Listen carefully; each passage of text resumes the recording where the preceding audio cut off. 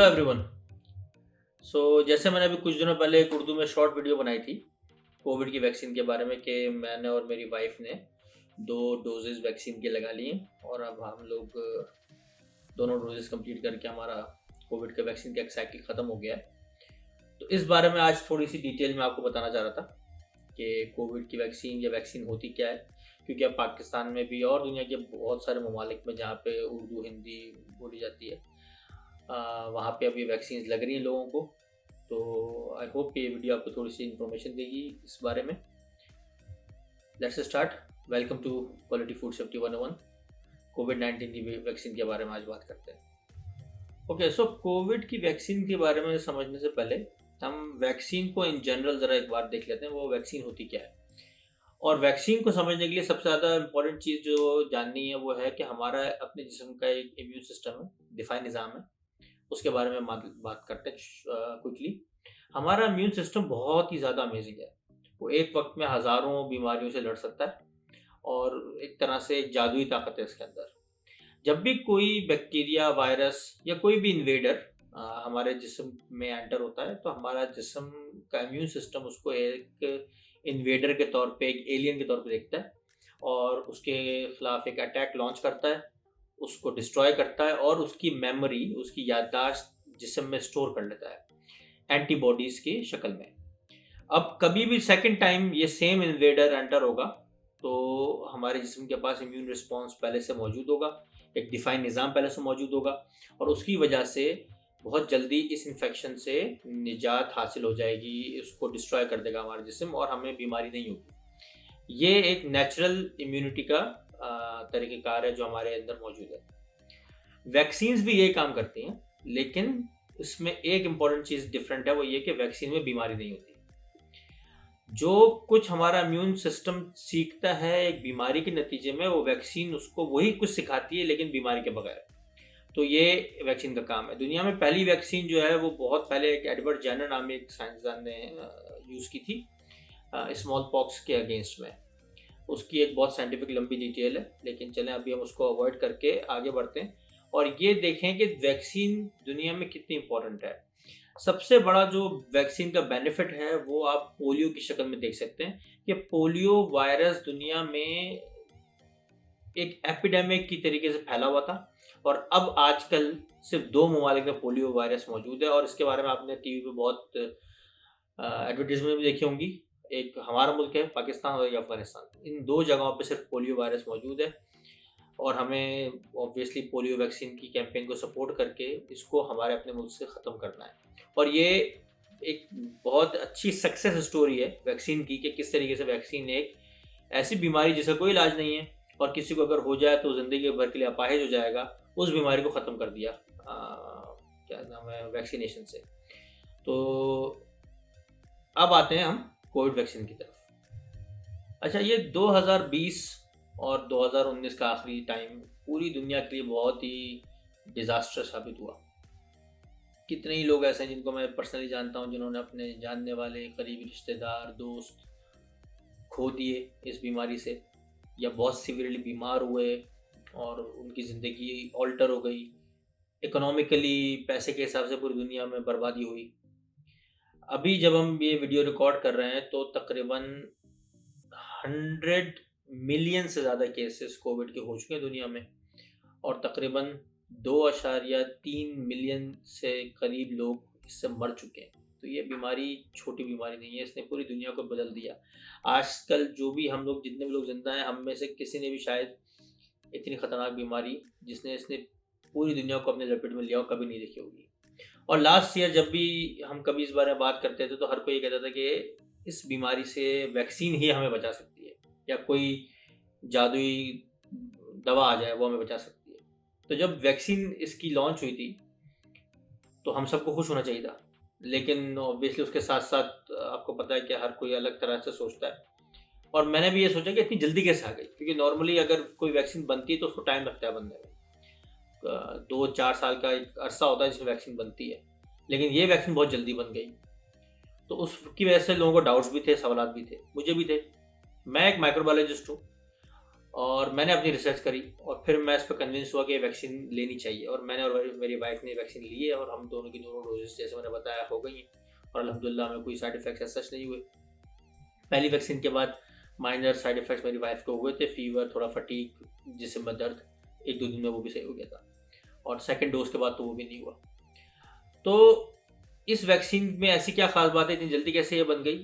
Basically वजह यह है कि अब मेडिकल साइंस ने, माइक्रोबायोलॉजी ने बहुत तरक्की कर ली है। हम बहुत जल्दी जरासीम को, वायरसेस को समझ जाते हैं और उन पर अटैक कर सकते हैं।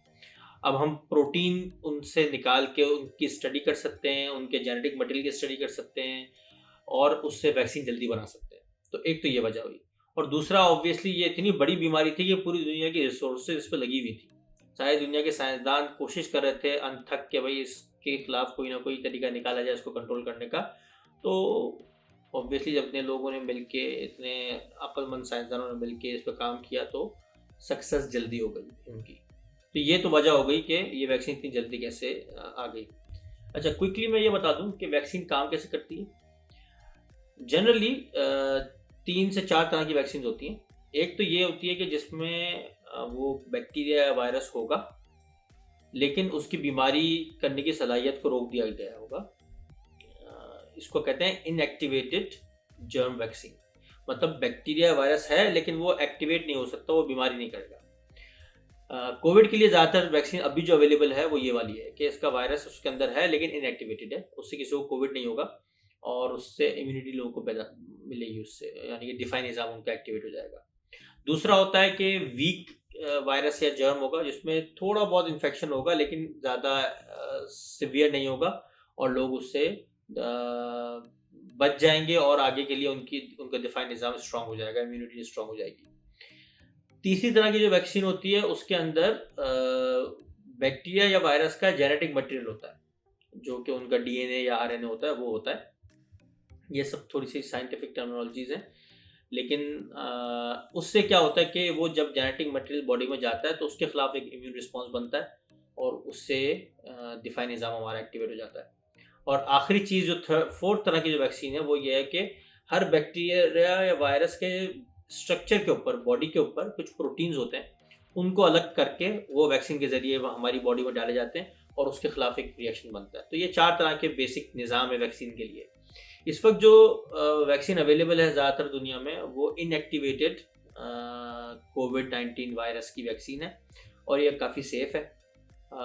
एक और जिस वैक्सीन का बहुत चर्चा है दुनिया में, बहुत नाम है, वो फाइज़र की वैक्सीन है। वो जेनेटिक मटेरियल बेस्ड वैक्सीन है, लेकिन वो वैक्सीन अभी ज़्यादातर लोगों को लगाई नहीं जा रही है। वो ज़्यादातर बहुत ओल्ड एज लोगों को या फ्रंट लाइन वर्कर्स के लिए रखी गई है क्योंकि उसकी प्रोडक्शन कम हो रही है बहुत ज़्यादा। अच्छा, अब इस वैक्सीन को लगाने से होगा क्या? किसी भी वैक्सीन के कुछ साइड इफ़ेक्ट्स होते हैं। एक तो ये कि फीवर हो सकता है क्योंकि आपकी बॉडी के अंदर जब वैक्सीन जाती है तो आपका इम्यून सिस्टम बहुत एक्टिवली काम करता है, तो मेटाबॉलिज्म बहुत ज़्यादा होता है, उससे आपको गर्मी लगेगी, फीवर फील होगा।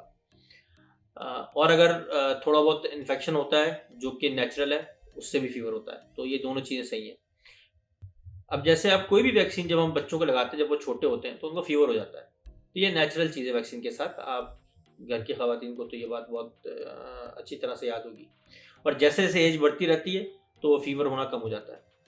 दूसरा क्या है कि वैक्सीन कोई भी लगाएं उससे बॉडी में थकावट फील होती है क्योंकि आपकी बॉडी एक्टिवली काम कर रही है, उस वैक्सीन के अंदर मौजूद जरासीम को मारने के लिए काम कर रही है, तो वो एक आपको थकावट फील होती है। सर में दर्द हो सकता है, जिस्म में पेन हो सकता है, खासतौर पर टांगों में, हाथों में पेन हो सकता है। दूसरा, जिस जगह पे वैक्सीन लगेगी, मेरे यहाँ लगी थी जैसे, इस लोकलाइज एरिया में आपको लालपन या रेडनेस और दर्द भी होगा, तो उस पर आप सिकाई कर सकते हैं बर्फ़ की बाद में। तो ये मेन सिम्टम्स हैं। इसके अलावा ऐसा और कोई ख़ास सिम्टम नहीं है। बहुत र्यूमर्स दुनिया में फैली थी तो वो सब अब गलत साबित हो रही हैं। और जैसे मैंने बताया, दोबारा मैं रिपीट करता हूँ, मुझे और मेरे वाइफ को दोनों को वैक्सीन लगी, हमें कोई ख़ास सिम्टम्स नहीं हुए और वी आर बोथ हेल्दी अल्हम्दुलिल्लाह। अच्छा जी, तो अब वैक्सीन लग गई है, अब क्या करना है? ये बहुत इंपॉर्टेंट चीज़ है आप सबको समझने के लिए। वैक्सीन लगाने के बाद एहतियाती तदाबीर को ख़त्म नहीं करना है। अनफॉर्चुनेटली बहुत सारी जगहों पे लोगों ने एहतियात करना छोड़ दी है, जो कि अच्छी बात नहीं है। मैं यहाँ यूएई में हूँ, हम लोग अभी भी मास्क पहनते हैं, अभी भी सोशल डिस्टेंसिंग करते हैं। मेरी दोनों डोजेज हो चुकी हैं। आज भी जब मैं बाहर जाता हूँ मास्क लगाता हूँ और सोशल डिस्टेंसिंग करता हूँ, सैनिटाइजर यूज़ करता हूँ। क्योंकि वैक्सीन लगाने का मतलब ये नहीं है कि हम कभी भी बीमार नहीं हो सकते। ये बात अपने ज़हन से निकाल दें।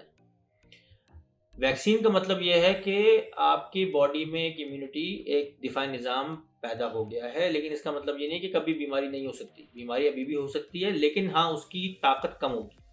आपका जिस्म उससे लड़ने की ज़्यादा सलाहियत रखता है, ज़्यादा ताकत रखता है कि उसको कंट्रोल कर ले। आपको सिम्पटम्स इतने स्ट्रॉन्ग नहीं होंगे, आपको सांस का मसला नहीं होगा, ये सब बिल्कुल होगा, लेकिन ज़ीरो बीमारी होगी ये कोई गारंटी नहीं दे सकता। Number one. नंबर टू, हमने लगा ली वैक्सीन, ओके, हम अपने आप को स्ट्रॉन्ग फील कर रहे हैं, लेकिन सामने जो दूसरे लोग हैं उन्होंने तो नहीं लगाई, या उन्होंने लगाई है तो हो सकता है उनके अंदर अभी इम्यूनिटी बनी ना हो, या हो सकता है कि वो ओल्ड एज हो, उनका इम्यून सिस्टम कम काम करता हो। तो इस वजह से हम उनको तो सेहत उनकी तो खतरे में ना डालें। अगर समझ लें मुझे वैक्सीन लग गई, मेरे अंदर वायरस आया, मुझे कोई बीमारी नहीं हुई, मुझे कोई सिम्टम्स नहीं हुए, लेकिन मुझसे दूसरों को जा सकती है। मेरा बेटा है 10 साल का, उसको वैक्सीन नहीं लगी, उसको जा सकती है।